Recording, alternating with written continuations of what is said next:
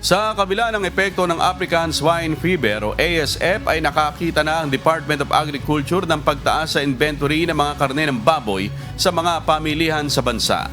Kasabay naman ito ang pagsipa ng presyo ng karne ng baboy dahilan para tumumal ang benta ng mga nagtitinda sa palengke.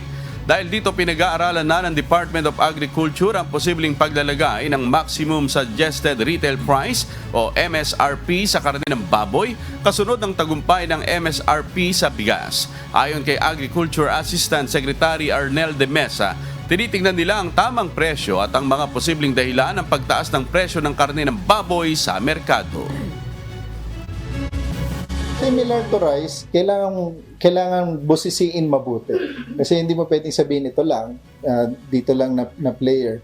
You have to look saan yun, sino-sino sila, at saan nanggagaling yung sobrang pagtaas.